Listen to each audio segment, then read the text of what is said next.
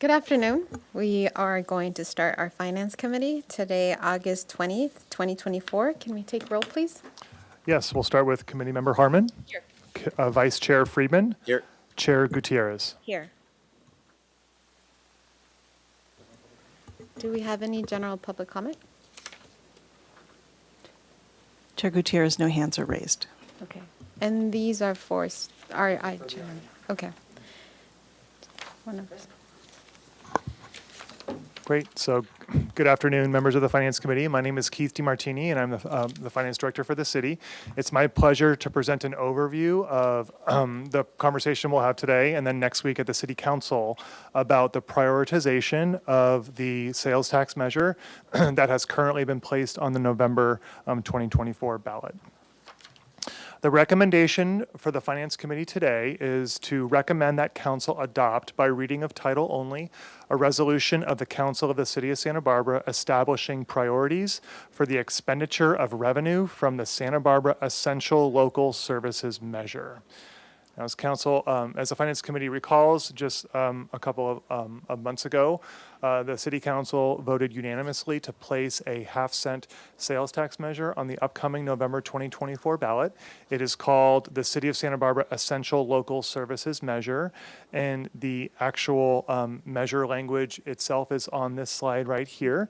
And again, it's a half-cent sales tax measure that is a general purpose sales tax measure, and it is anticipated to generate approximately $15.6 million annually to go towards a variety of different essential services to maintain them going forward. As part of the action that the City Council took, they gave direction to staff to come back at a later time to consider adopting a resolution to list the various priorities, the priorities of how the potential revenue generated from this measure, if it were to be approved by the voters in November, how that money could be expended. And so there's a list of priorities listed on this slide, and it matches the list of priorities that is included in the draft resolution that is before you today. And this list was generated by staff, and it was generated based upon the information that was provided at the more than 24 community meetings that were held over the past 6 to 9 months, where we talked to the community about the essential services that could be funded by maintaining those services through a possible sales tax measure. So this list was generated from that community participation and conversation. It was also informed by the city attorney's impartial analysis document that was prepared. That's a required document that will be provided to voters when they consider the measure as well. So that document was also referenced when creating this list. You will see that this list is bullet pointed. It's not numerical. So it's not suggesting that the first item on this bulleted list is necessarily the highest priority or a higher priority than others. It's not a 1 through 8 ranking. It's simply a list of priorities for the Finance Committee to consider. It's also important to remember that this is a general purpose sales tax measure, so it is not a special purpose tax, meaning it's not presented to the voters saying that all of it needs to be spent on affordable housing or all of it needs to be spent on police or fire services. It's general purpose, and so this is simply a list of priorities. During the annual budget process for the City Council, that will be when the council determines how those funds are to be spent, again, if the voters approve the measure in November. And so staff presents this list to the Finance Committee today. We welcome your feedback, your conversation. Again, that will be included in what goes to City Council next week. Thank you very much. Any comments? Questions? Sorry. Any questions? Yeah. Yes, Harmon. Thank you, Madam Chair. Just a couple of questions.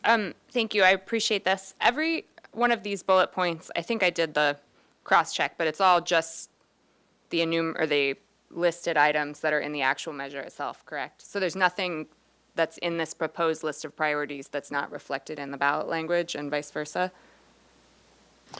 Committee Member Harmon, that is correct. Okay, thank you. And then just a quick set of questions about Measure C. Remind me, that's a general tax, correct? So with Measure C, did we do a resolution of proposed priorities? Was it enumerated or was it bulleted? And if I could have some historical perspective on how that money came to be seen so very much as a resource for infrastructure and not necessarily some of these other items? Because I hear what you're saying and totally accept the premise that these are of equal weight and one is not to be seen as more important than the other, but that's certainly not how we view Measure C. So I'm wondering if I could get some history about that to make sure that I'm not accidentally running into that same circumstance with regard to an item that I don't want to be prioritized with this money. Thank you. Committee Member Harmon, thank you so much for those questions. And so, yes, when Measure C was passed by the voters, the City Council took a very, very similar action, where the City Council adopted a resolution identifying what would be the priorities for the first 5 years of implementation. And so it sort of took the ballot question and it articulated it in a list as well, similar to this. I do not believe it was numbered, is my recollection. It was not numbered. It was bullet pointed as well, so very similar. And then not too long ago, maybe about a year and a half ago, the City Council adopted another resolution because 5 years had already come and gone, adopting a resolution laying out the priority for the next 5 years. And so this is a common practice for the City Council to do this. It's not numbered, it's bulleted for that very reason. As far as how Measure C came to be so heavily focused on infrastructure, my understanding was that again was part of the community conversation about the intent of that sales tax measure, that it was meant to address some of our failing infrastructure where there wasn't adequate resources to maintain infrastructure. And so that was the main focus of the community conversation leading up to the potential Measure C sales tax measure. So that is how that money has been interpreted and ultimately appropriated by the City Council as such. And so I guess I'm hearing it would be fair to say that it's incumbent on the City Council members themselves to ensure that the priority that the community has spoken in favor of is what's spent, what is reflected in the spend, rather than putting it into ordinance or resolution in some other way. If you don't mind, Councilmember Harmon. What I just wanted to add to that is I know when the council placed the measure on, or voted to place the measure on the ballot in June, a piece of that conversation was doing this, which is just kind of a general list of priorities, but then if the measure passes, coming back to the council for a discussion about how funding might be allocated amongst the priorities and what that would look like. So I think that would help potentially address your concerns if there's items on this list that are lower priority than others. That would be something that could be a conversation after the election. Any more questions? No? We are going to move on to public comment. And the first public comment, Margaret.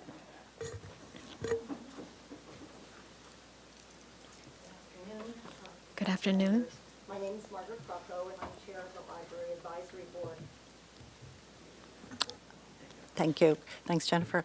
I'm here today to make the case that the library is an essential service of our community, one that is worthy of being deemed a priority should voters approve this measure in November. In 1821, well after he had retired from the presidency and was enjoying the 2,000 books in his library at Monticello, Thomas Jefferson wrote a letter to fellow Virginian James Madison in which he said, "Books constitute capital. A library is not an article of mere consumption, but fairly of capital." Libraries, like books, build social capital, occupational capital, and civic capital with long-lasting impact. Libraries should be considered essential to creating a safe, vibrant, and productive community. Let me make this point concrete by sharing a few stories. Joe was a regular patron at the library who had come in daily for a few years. One day he approached the reference desk and asked to make an appointment with the community support specialist, Mercy. In addition to being unhoused, Joe faced financial challenges. He needed help filling out some critical applications for services, but faced the barrier of not having a mailing address where he could receive applications, forms, and benefits. Mercy assisted with the forms and used her office for his mailing address. It wasn't long before Joe received approval for Social Security and CalFresh benefits. Another patron, who I'll call Mike, sought assistance in applying for housing after obtaining his housing choice voucher. He needed help in applying for apartments, but his search was proving challenging due to a prior bankruptcy.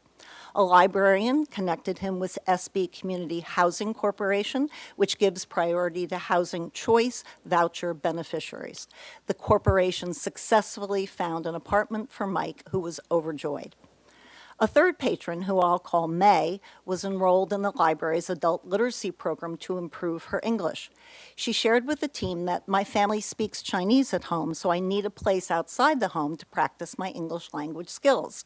May encouraged her husband to enroll in the program too, and then enrolled their 7-year-old son in the OG Readers program. The three have been consistently meeting with their tutors and have come a long way in building their family's literacy skills. Although we all agree on the importance of the police and the fire departments and keeping our community safe, and certainly the urgency in addressing our housing crisis, as you set priorities for this coming tax measure, please remember Jefferson's words. Libraries build capital, their investments in the future, yielding demonstrable returns on investment that will make Santa Barbara a more vibrant and productive community today, tomorrow, and into the future. Thank you. Thank you. Next public comment, Larry from Santa Barbara Click. Good afternoon. Thank you for taking public comment. My name is Larry Severance. I'm a resident here in Santa Barbara. I'm also on the board of CLU Santa Barbara, Clergy and Laity United for Economic Justice. There are a couple of other board members here today. We're here to ask you to prioritize housing and homelessness for the distribution of the funds if the tax passes. We have endorsed the half-cent sales tax and support it even though it's regressive, with the understanding that the priorities as listed are going to be paid attention to, and that the council is going to make some decisions how to prioritize those things. And we're asking that you put services for homeless folks that are in our community and affordable housing right at the top. I know that police and fire are important in our community. I'd like to point out that many of the calls that are received by our public safety people have some relationship to folks who are homeless. So if you're addressing the homeless problem, you're really getting a twofer in the sense that you're going to reduce the number of calls and the needs to address circumstances by public safety. So we're just asking that you take a look at that. I think it's going to impact how you decide the priorities are going to impact how voters decide to vote on this. And I think there's no more apparent problem in our community than housing crisis, affordable housing, workforce housing, and homelessness. Thank you. Thank you. Next, Richard from Santa Barbara Club. Thank you. I'm Richard Applebaum. I've been a Santa Barbara resident since 1971, and I'm also a board member of CLU. So Larry has said much of what I would say. Let me just say that CLU is an interfaith organization which tries to bring a religious and ethical perspective to these issues. So the city has two measures before you today that'll address the housing crisis in Santa Barbara. This one and the Cumbre development issue later today, and you'll get to see me again there also. Both, I think, are absolutely critical. With regard to Measure I, as Larry said, CLU applauds the unanimous decision of the city to place a half-cent sales tax on the November 5th ballot and to list housing as one of the priorities. In our letter last May in support of this, when this was being considered, we stated, and I'm going to quote from our letter, "We strongly support the Santa Barbara Housing Authority's request that you place affordable housing at the top of the ballot language to reflect the feedback of the community identifying affordable housing as a high priority." And I'm here simply to repeat that request right now. I know that there are many things listed there. They are all crucial. I don't need to remind you of the many studies and reports that you have all seen and read that make the case for housing. The Housing Authority, League of Women Voters, the RENA reports all make compelling arguments to prioritize housing. A little later today, I'll get into some of the statistical weeds when we discuss La Cumbre. Right now, I would just say that as important as emergency services and all that is, I would argue that solving Santa Barbara's housing and homeless problem is equally, actually, I would say more important. And while I would like to see some parity between housing and the other issues, when the ballot measure, I don't know how that'll be formulated, I would like to see housing given top priority. Let me just conclude by saying that among the myriad of statistics, there's a deep moral and ethical, I would even say religious issue here. The desperate need to provide housing for our neediest citizens before they wind up on the streets. As a faith-based organization, it is CLU's mission to remind you of the human cost of failing to do so. I want to thank you for getting this far, and when you come back after the ballot measure is passed, I'll be back to make this argument once again. Thank you. Thank you. Next person, Barbara from Friends of the Library.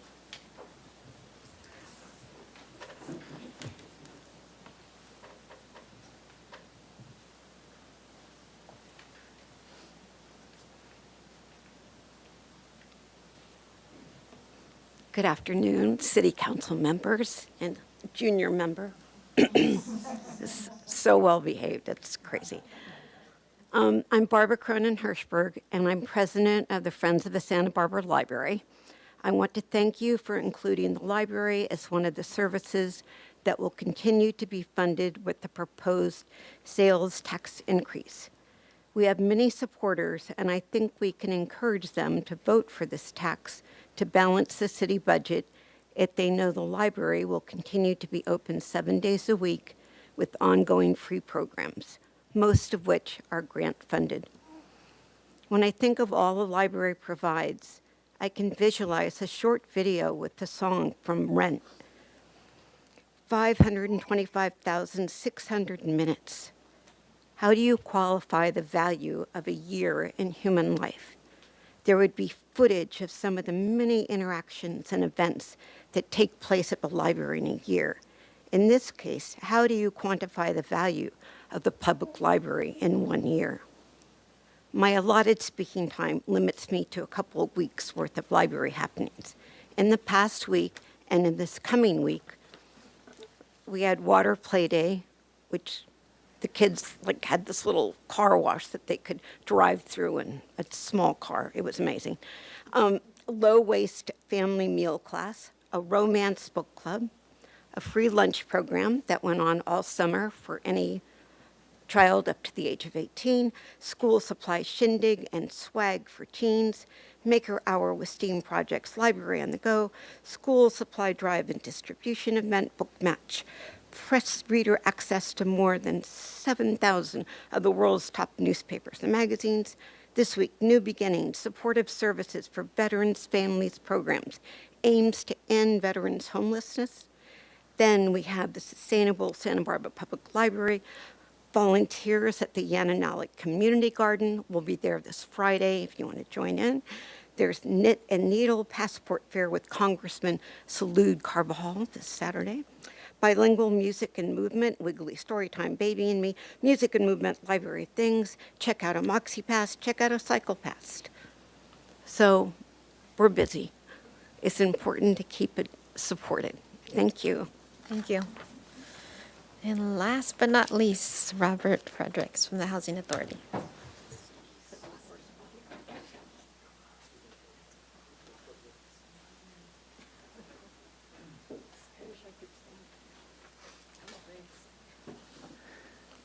Good afternoon, Finance Committee members and my friends at the city.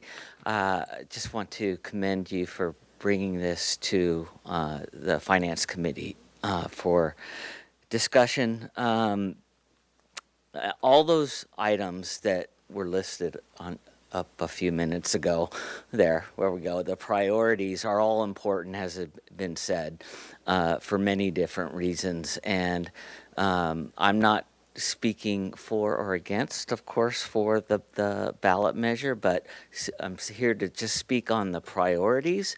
And having been at the community meetings, witnessing what was important to community members, what always rose to the top from my perspective and my participation was affordable housing.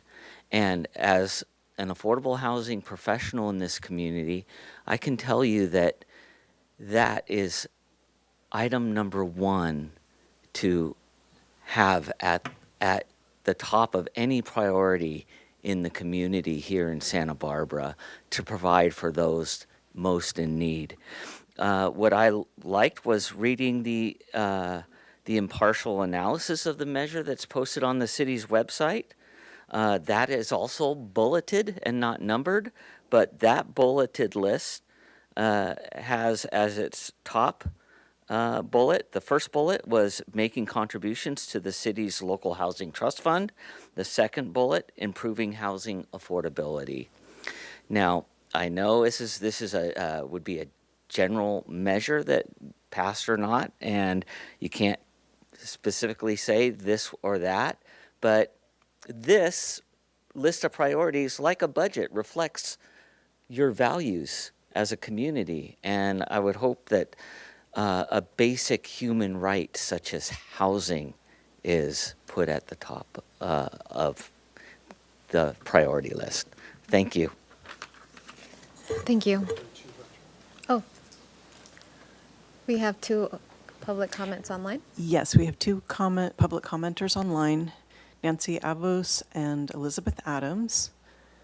You have 3 minutes to speak. Nancy, you may unmute yourself and speak. Hello, my name is Nancy Avos, and I'm the Assistant Director with SBCAN, Santa Barbara County Action Network.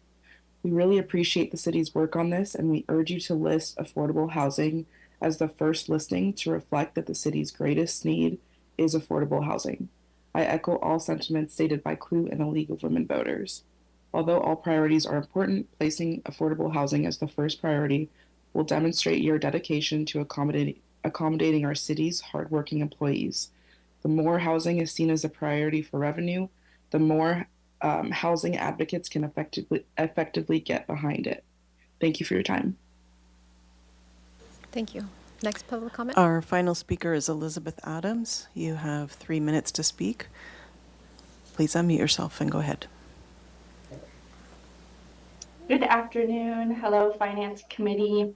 Thank you so much for opening this up for public comment. And I'm the regional director over here at PATH in Santa Barbara, so wanted to speak, in favor of having affordable housing and addressing homelessness as a top priority here.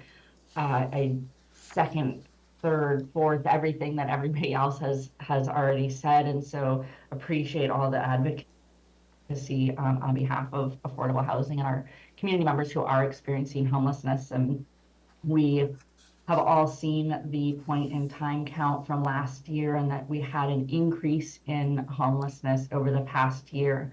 No matter how hard we all work as service providers and partners to serve and support our community members experiencing homelessness, without enough affordable housing, we won't ever be able to fully move forward in ending homelessness. So again, just want to strongly urge you to have housing affordability and addressing homelessness as a top priority with this. Thank you. Thank you. Now we're going to move on to comments. Colleagues have any comments? Councilmember Harmon. Thank you, Madam Chair. I guess I'll start by saying I feel a little bit uncomfortable advocating strongly in connection with this item because I don't support the sales tax. So I'm in a little bit of I guess I feel a little bit like a hypocrite to push this really hard when I'm not personally planning on voting for it. That said, I do have an opinion, and I guess I'm here for a reason, that's to share it, so I'm going to go ahead and do that.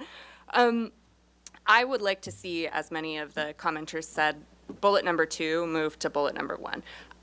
I totally understand that this is not a hierarchical list, that we still have the very important, and probably like the sausage is really going to be made when we are sitting in that meeting deciding on percentages and allocations and how we want to do it.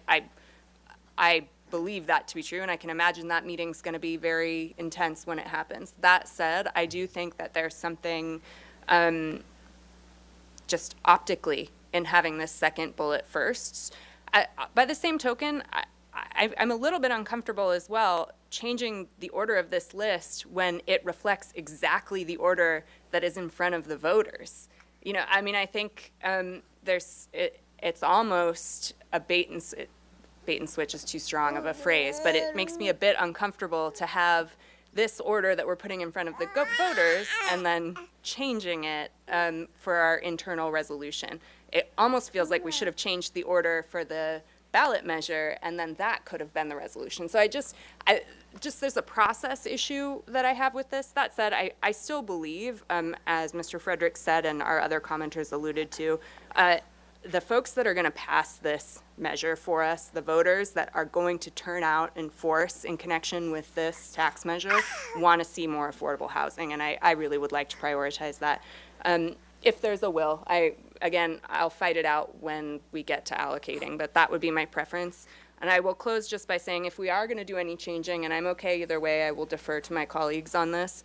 I would like to see stormwater protection. What was the other one I saw? The ones that have nexus with other measures, like Measure C, moved down a little bit more, and the ones that don't have clear funding sources moved up. So that would be my preference, but I will defer to the two of you in this matter. Thank you. Councilmember Friedman? Thank you. First, thank you to everyone for participating today, public comment. And this is really important for our community because we have a lot of challenge. I think we can all come together and agree that this list of priorities, in particular housing, and then also public safety, libraries, they're all critical, parks and recreation.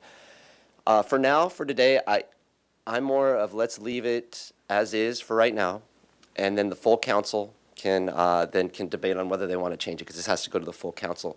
And the reason I want to do that is there is a case to be made to putting housing first, but there's also a case to be made for elevating library, parks and recreation, particularly here today because we are the City Finance Committee.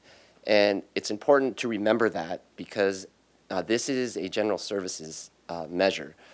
And we have severe fiscal challenges that are up and coming that are structural going over time. And this is the one way that we've identified that will enable us to meet the community need. And housing is utmost the greatest community need we have. However, that is also a need where we need some reforms at the state legislature to provide more funding for affordable housing. I have some more I'm going to say today. Like the gentleman spoke earlier about La Cumbra, that item is on later. But the community has also spoken during the budget season the last few years. In particular, our great library folks. We had the way we balanced the budget for a few years when we said it was a balanced budget. It's not really a balanced budget if the libraries are closed. It's not a balanced budget if the parks aren't open. It's not a balanced budget if you're down approximately 30 police officers. It's not a balanced budget if you have to consider closing a fire station in the future. And if we have more residents that are going to be living here over time as we build more units at all the income levels, we have to concurrently plan for all those services that they're going to need. Because we might build the housing, but if it comes at the expense of not properly planning and for the parks and recreation, for the libraries and police, we're going to run into a host of issues down the line. So I think for today, I would support just moving this to council and as is, again, because it's a fiscal measure and there is a high priority for housing. We need to continue to make that. But again, it's we have to be sure that we are prioritizing the services that if we don't prioritize them, we're going to have to cut in future budgets. And right now, I just want to remind everyone we're about 7.1 million deficit, and that does not include the downtown parking. It does not, which is about another 3 million, and that's projected each year going out unless this passes. And then the other thing is, how are we going to invest in State Street? There's no money for the master plan. So to make these changes today without having that full discussion of the full council, I think is a little premature. So I'm going to leave it right. My preference would be to leave it here and put it up to council, and if the full council wants to change it, we could do that. Thank you. Thank you, Mr. Friedman. I think I have been very clear about my stand on this tax, but I have voted to move it forward to the voters, especially with this priority list. And I would also feel very comfortable moving it to larger discussion to council. I do agree that we do have a housing crisis, and I believe, Mr. DiMartini, if I'm quoting you right, this is not a priority list. It's just a list of our priorities for this tax measure. It's not, one is not going before another one. That's something we can discuss once the tax measure is passed, right? Yes, Chair Gutierrez, that is correct. So at least annually, if not more frequently, the city council can give direction to staff, and you could take specific appropriation actions for how this money is to be appropriated for this list of priorities in any given sort of dollar amount across them. There really is the discretion of the city council at that time. Perfect. Thank you. Do we want to move forward? I'll move that we move the staff recommendation, the priorities as is, presented today to the full council for discussion. We have a second? Okay. Ms. Harmon, second, yeah. Okay, so the motion was made by Committee Member Freeman and seconded by Committee Member Harmon. We'll take a roll call vote. We'll start with Committee Member Harmon. Vice Chair Freeman. Yes. Chair Gutierrez. Yes. That motion passes unanimously. And is that it for today? That's it. And meeting's adjourned. Thank you so much.